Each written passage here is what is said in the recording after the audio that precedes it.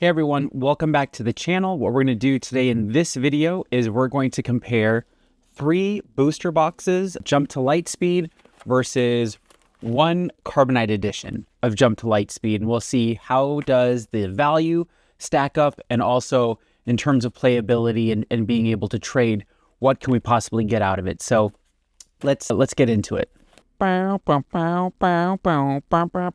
Eric's random YouTube channel.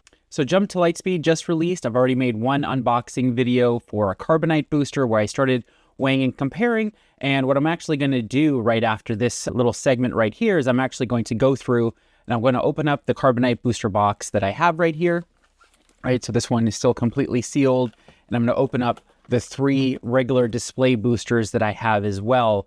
And I'm going to go through this process that I usually do, which is where I weigh them to see, can you weigh the hits? Because I'm still trying to figure that out, especially for the Carbonite boosters. And I'm going to go through and then I'll figure out what the value is. For this video right here, I'm not going to go and bore you guys with the details of all of the weighing stuff, right? I'm going to keep that for a different video. I'm also going to make a completely separate video where I do the unboxing. So this video is going to be strictly focused on what is the expected value. So I'm going to now go through, right? I'll show you guys the big hits that I got out of each one of these boxes and all of the different packs, so you guys can kind of get a sense of what the big things are that I was able to get in those cases. And then we'll discuss what the expected value is for each one of these boxes and how do they stack up, right? Because the MSRP, I believe, for the Carbonite booster, a lot of people have been selling it for $300. A lot of stores in my area, though, have been selling the individual packs for $30. That comes out to being about $360. What probably the normal MSRP for the Carbonite booster box is. Each one of the regular display boosters, those should be $5 MSRP per pack.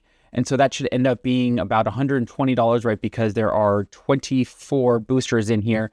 So stacking it up, right? It's $360 against $360. And so we'll see, right? How much value can we get back from each one of these booster boxes right here? The value that I'm going to be using for calculating everything. So today is March 12th. Right, it's the Wednesday, it's during the pre-release period, so it's not before everybody else is able to sell on TCG Player and stuff, and technically before the product is out. So some of the prices, especially for the regular display booster, they may be a little bit inflated, and I already took from TCG Player the values of at 10 a.m. this morning, right, what everything was worth.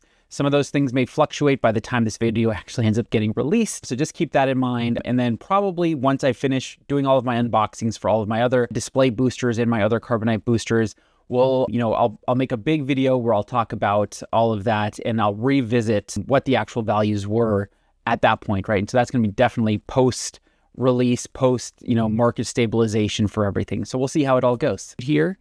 And then I've been hoping to pull this one right here, right? So we've got Sabine's Masterpiece. Oh, yes, there we go. We've got Sabine's Masterpiece. We've got this Sabine tie as a hyperspace, very nice. And then we pulled Sabine's Masterpiece now, and then there we go. All right, we've got ourselves our 3rd Sabine's Masterpiece. We pulled the Prestige foil. In this case, it's the Mist Hunter. And then we pulled nice hyperspace foil, black one. The Rampart as a rare. We've got Planetary Bombardment as a legendary right here. We pulled the Shadowcaster as a prestige. Landing Shuttle. Oh, yeah. So we've got Darth Vader here.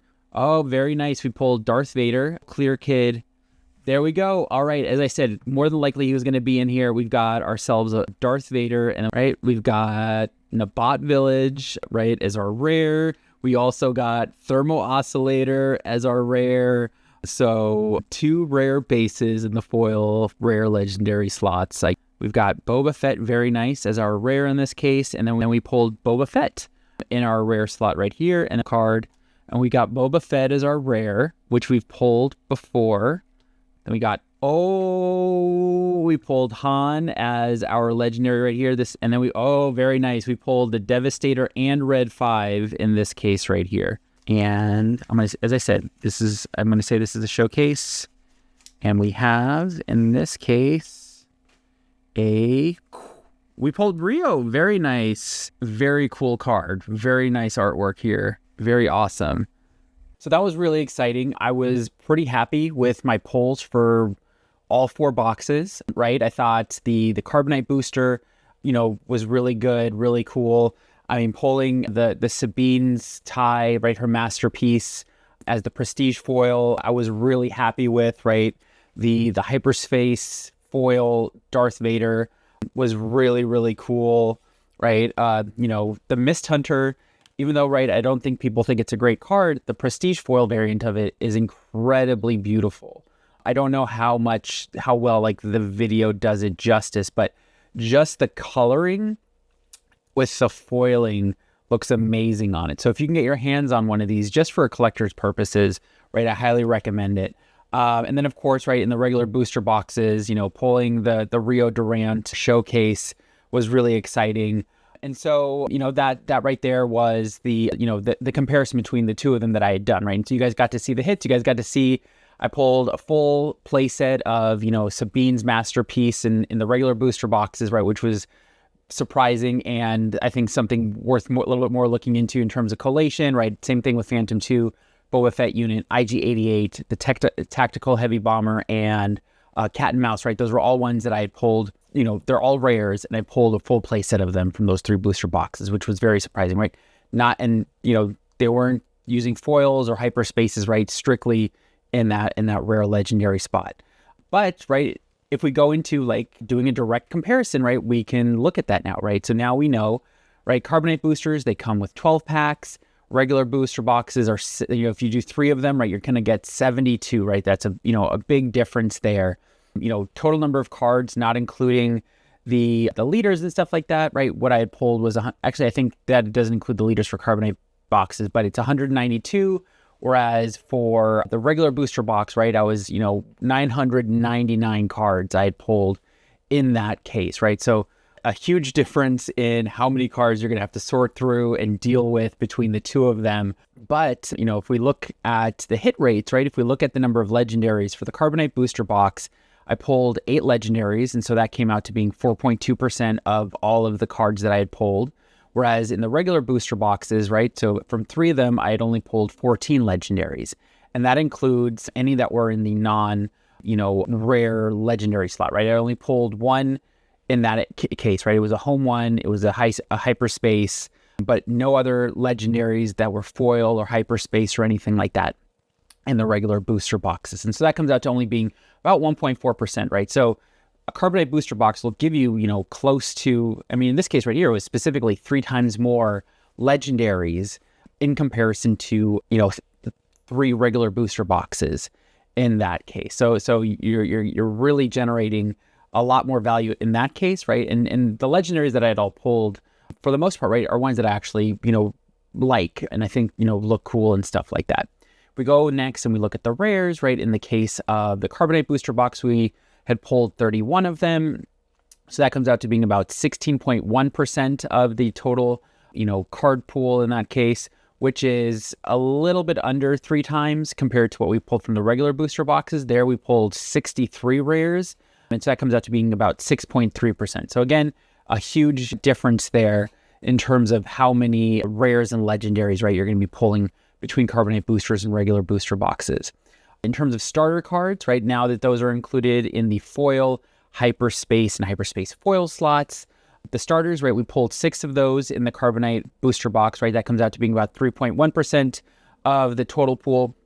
Whereas in the regular booster box, we had only pulled 3 of the starter cards, right? And so that comes out to being only, you know, 0.3%, right? Less than a percentage point of our total card pool from the regular booster boxes came out to being the starter cards, which is fine, right? If you're looking for a play set of them, it'll probably be a lot easier to just simply buy the spotlight decks where they are already in there as full play sets.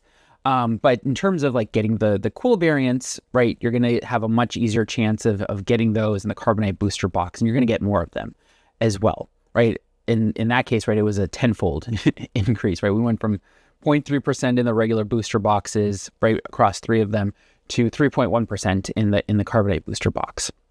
For uncommons, we pulled 53 of them in the Carbonite booster box. We pulled 230 of them in the regular booster box. And so that change in percentages that we got, you know, 27.6% of the Carbonite booster boxes were uncommons, whereas slightly less than that, it was 23% in the regular booster box, right? So you're going to get a little bit more of the uncommons, which kind of makes sense because in the prestige slot, right? All of those are going to be uncommon and above. So that's going to start boosting up those numbers in those cases. For the commons, right, we only pulled 94 in the Carbonite booster box. But for the regular booster box, right, we pulled 688. And so that's a huge change in percentage there, which makes sense because there's a whole slot, right, that's you're not going to be getting it in the Carbonite booster box, right? Because in the Carbonite booster box, it came out to 49%. Regular booster box, it came out to 68.9%.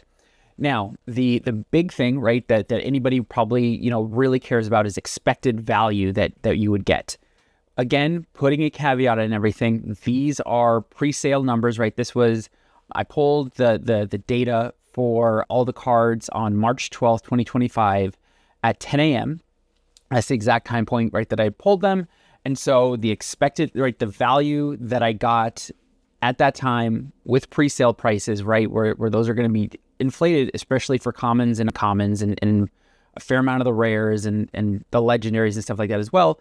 The value that I got out of the Carbonite booster box was $560.29, right? And so that's still above, right, what I had paid. It's about, a little under double of what, you would expect, I think, or not, right? If you're trying to break even, right, it's a little bit over double that, right? So if you take fees and all that stuff, you may break even, dealing with shipping and all that jazz and everything during pre-sale time period.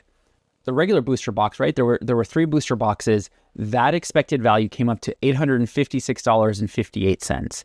Now that's a little bit inflated because I did pull a showcase, right? I did pull Rio Durant. His price at that point listed as like the lowest price that was on TCG Player was $188. I checked recently, before making this video on eBay, there was one sold and I think it sold for like $140, right? And so, there is a little bit of a discrepancy there. But still, so even if you were to take out, $140 or $180 from the price, right, the $856 for the regular booster box, you're still about $100 more in value compared to the Carbonite booster, right? Opening up 3 of the regular boosters versus 1 Carbonite booster. Now, that's during pre-sale.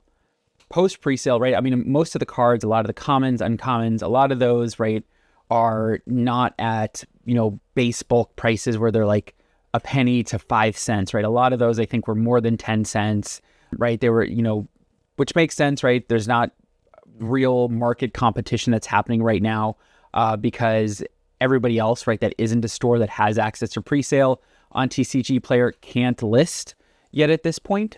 And so I very much expect a week from now even the expected value of those 3 booster boxes to actually plummet a significant amount. And I'm going to, make a follow-up video once I've opened up all my other boxes and done all the other unboxings for this set to do a recap and kind of, see like post everything, where are we actually at in terms of value, right? I've saved the spreadsheets where I'd had all this in here. All I'm going to have to do really is just go in, Control C, Control V, what the price is at a new point, right? It might be a week from now or 2 weeks from now where I'll be able to have the time to do that.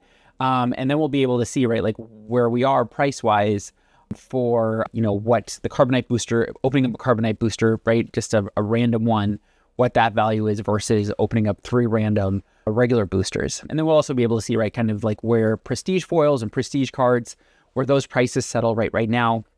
There's a pretty broad range of where anything that's not serialized, right, is going to end up. But, that's the expected value. But, in terms of like the exciting things, right, the biggest pulls that I had gotten out of the Carbonite box, I pulled the most valuable card was a base prestige Shadowcaster card, right? And so that one came in at $39.32 or $39.32. I don't know why I'm talking like weird scientific approaches to that, right? So almost $40 for the base legendary of the Shadowcaster, right? It's a legendary card. And so that may have like a little bit of value for people.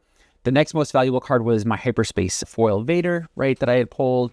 And that one currently at the time that I taken that data, right, is at $37.02, right?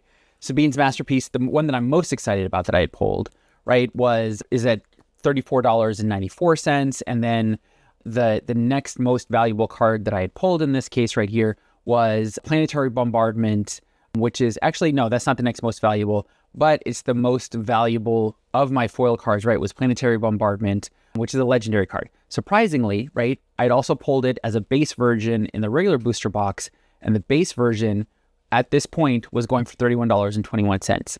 I think the big reason for that was that a lot of stores, a lot of people that can do pre-sales were ripping a ton of Carbonite booster boxes, right, compared to regular booster boxes to kind of, sell off all of those contents. And so there's the market, the amount of the base version, there's probably far less of them versus the foil version, right? Because you can't get the base version in the Carbonite boosters, you can get the base version in the regular booster boxes. And so that's why I think there's, slightly a double increase of the base. But the showcase, right, Rio Durant, it's a beautiful card, right? I mean, I think it looks really great. I mean, it's very cartoonish, but I think that type of character, right? I mean, he was CGI in the movie and everything, right? Is I think a cartoonish approach to it for the artwork, works really well. I mean, will I play him? I'm planning on playing Hero this set, so probably not. I don't know. We'll see. Maybe I'll try to put something together, because I mean, he does seem, really interesting from a space and vehicle rush perspective. Back on topic. The Devastator, right, was another card that I had pulled, right? And so that one, the base value, and so again, right, I'd pulled a fair amount of hyperspaces and foils, but in terms of cards that had the most value from the regular booster box, right, was the Devastator. I pulled one of those. That comes in at $26, and then Han Solo comes in at $23. I did pull 2 Darth Vader legendaries, and each one of those I think goes for $16, right? And so, in a way, having those 2 together gives me something that's, over 30 something dollars in that case. But that's, where we're at in terms of, the general value, right? And so those were the big hits that I had pulled in each one of those cases. And so the big hits are going to be more common in the Carbonite booster box. So I wouldn't be surprised, as I said, 2 weeks from now, the Carbonite booster box being the one that holds more value when open compared to a regular booster box. But at this point of time during pre-sale, right, the most value you would get out of, spending $360 is going to be buying 3 regular booster boxes and ripping all of those cards. And also not just simply from a monetary standpoint. If we think about it from a, non-monetary value standpoint of the regular booster boxes, in my case, I was able to get full playsets of all of the common cards. And for most of them, I actually even got enough to have a second playset of them. So if you were to have them and you want it to be generous, right, you can give pretty much a full second playset to somebody else, or you could sell it off, right, for, I think those typically go for $10. We almost got a fully complete uncommon playset. The only things we're missing were 1 Yarick Yager and 1 Fly Casual, right? So those 2 cards were missing to make a true uncommon playset in this case, but we got pretty close, right? So almost all the way there. So those, you can probably then trade for, because again, there were a few uncommons where we got multiple copies of them in those cases, right? And when I'm talking about full uncommon playset too, I pulled 17 Swarming Vulture Droids, right, as regular base cards. So I have a full playset of that as well, that, if I were to go bananas in that case with a Swarming Droid deck, I could, hypothetically.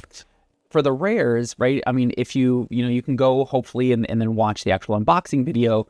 I did notice, well, I mean, for both boxes, for the Carbonite booster boxes and the regular booster boxes, I did start noticing that there is still somewhat of a collation issue, especially with the prestige slot in the Carbonite booster boxes. I think once I open more of my Carbonite boxes, I'll be able to get a better idea if that holds true or if this was just a fluke. But in the regular booster boxes, I was definitely seeing, it wasn't true collation the way that it was a problem in set 1 and set 2, where you can completely map out just based off of pulling a few of the, packs and looking at what's in the rare/legendary slot to seeing where you are within, that sequence to figure out what cards you're going to be pulling. But there was a lot of grouping. There were a lot of cards that showed up together in my booster boxes, to the point where opening up 3 booster boxes, right? 1 was purchased from one store, 2 were purchased from a different store. I didn't buy a sealed case from those stores or anything like that. I do have a sealed case that I'd ordered online because it is a little bit cheaper to do that, especially if you're going to go through all of this. But I did get full playsets of some of the rares, which is not a common thing that you would expect to happen from 3 random booster boxes in these cases, right? I pulled, and I'm happy about 2 of them, right? Well, actually, I mean, it's not 3, I get 4. I'm not upset about having the full playset, right? I have a full playset of Sabine's Masterpiece, right, as a regular base rare luck card, full playset of Phantom 2, full playset of Boba Fett, right, the new unit, full playset of IG-88, full playset of Tactical Heavy Bomber, and a full playset of Cat and Mouse. And I also have a fair amount of two ofs of a lot of the rares as well. There was a lot of overlap between all three of the boxes. And even in the legendary slot, right? Like I pulled 2 Darth Vaders, I pulled 2 Hondos, and I think 2 Invincibles as well, right? So there was a lot of grouping that was happening there, which is fine. You know, it's you know, if you're opening boxes and you're getting the cards that you want or you're interested in getting, right, that's great. But if you're getting ones that you're not interested in, that can feel really bad. So it very much seemed to me, and again, I'll look at it once I open up more boxes, as if the way that collation has been fixed is essentially, it's like they make the stack, it's all collated, and then somebody just like grabs from like different piles and like puts them in or something, or like shuffles them up in some way, and then they go into the box, and then, you know, depending on what piles they had grabbed from, right, you're just going to end up with a lot of the things together. And in my case, right, I ended up with a lot of the cards, you know, again, it seems very random, but, you know, pulling full play sets of rares out of 3 booster boxes isn't what you would expect. And pulling really close to a full play set of a legendary from 3 booster boxes is also not something that you would necessarily expect, right? You would expect a little bit more of a distribution in those cases, but it is what it is. You know, if we're going to go do the comparison between the two of them, I would say Carbonite booster boxes are much more fun to open because there's a lot more exciting cards that you're going to pull, right? The Prestiges, they look beautiful, right? Pulling foils, hyperspace cards of cards that, you know, you might want or that are very lucrative are great. If I'm just going to go and I'm primarily concerned only about playing, right? Not getting any kind of value back and maybe getting some things available for trading, right? Spending your money on 3 booster boxes is going to be, I think, the better approach. I mean, sure, you can go on eBay, you can buy a full play set of common and uncommons, but you don't get that, right? That dopamine rush of unpacking those boxes, right? And packing those yourself. And you never know what you're going to get, right? In those rare and legendary slots, you know, and there could be something there that makes it even more worthwhile. You could get lucky, right? When you're opening up the packs yourself, that you get a showcase like I did in this case, right? Where I got really lucky, but you just don't really know what's going to be the case in those cases. But I would say, right, if your primary focus is playing the game and just simply building up a collection, right, go with the regular booster boxes, even if they, you know, start to plummet in expected value to a degree, right? You're going to be able to get the full play sets and stuff like that, half set that you can easily trade to get play sets. Whereas like Carbonite booster boxes, absolutely primarily just for, I would say, collectors, right? Because you are getting all those different special treatments and they are going to hold value, right? I mean, I think pretty much at this point, most stores are completely sold out of it from what it sounds like. At the distributor level, they're also incredibly low on them, to the point where rumors that I've heard, right, is that any more Carbonite booster boxes that are going out now are just simply because some stores didn't want any that were offered to them. And so that's just simply stock that they were holding on to wait and see, right, like how much they had left post sending it out to people, right? Because one of the stores, the one that I was at the pre-release this past Tuesday, right, so on the 11th, they had mentioned, right, that they were offered more and they bought as much as they could, which ended up being just simply one case, right? So they're only able to get one more case of Carbonite boosters. And so, right, holding on to those, right, may have some value. I would say, you know, depending on how things flesh out over the next few weeks for prices for Prestiges, right, I think the expected value for those Carbonite boosters may rise, depending on how interested people are in some of the cards, considering the fact that there's no difference in percentage of pulling a card based off of its rarity, right? Whether it's uncommon, rare, legendary, or a starter. The cards that I think are going to have the most playability are actually going to be the ones that are going to be the most valuable, because those might be the ones where people want to get a full play set. And if you're going for a full play set in those cases, right, you're going to start decreasing the pool because there's only a select amount of any of these cards, right? I think there's probably only about 4,000 Prestige foil, right? There's only 250 of the serialized cards, which I doubt anybody's going to play with, but who knows? someone might be crazy enough. And then there's probably like what, 8,000 or so of the base of the regular prestiges. So right, buying a playset of anything, or even just like one of the ones that are more playable, right, is probably going to drive up the cost versus, you know, the case that it is for other cards where, you know, it at least with showcases initially, right, where it was like primarily how cool the cards were because, you know, whatever. But anyways, now I'm just rambling. That's, you know, Carbonite boosters versus booster boxes. I've said my piece, right? Carbonite 100% for the collectors, right? Long-term value there. Regular boosters for the players, right? That's where you want to go if you're planning on playing the game and you want to build up a card pool to be able to build your decks out of. So hopefully, right, you guys watch some of my other videos that I've had around all these unboxings. I'm going to do a follow-up to the comparison where I'm going to open up 2 Carbonite booster boxes versus a full case of regular booster boxes, and we'll see how does that stack up, right? Because again, price-wise, those are going to come in pretty similarly, and so we'll see, you know, what the expected values in those cases are, and that's going to happen post-official release, where we'll then actually have the values of all of the cards where the market says that they actually should be at that point. So, right, have a great day, guys. I'll catch you guys later.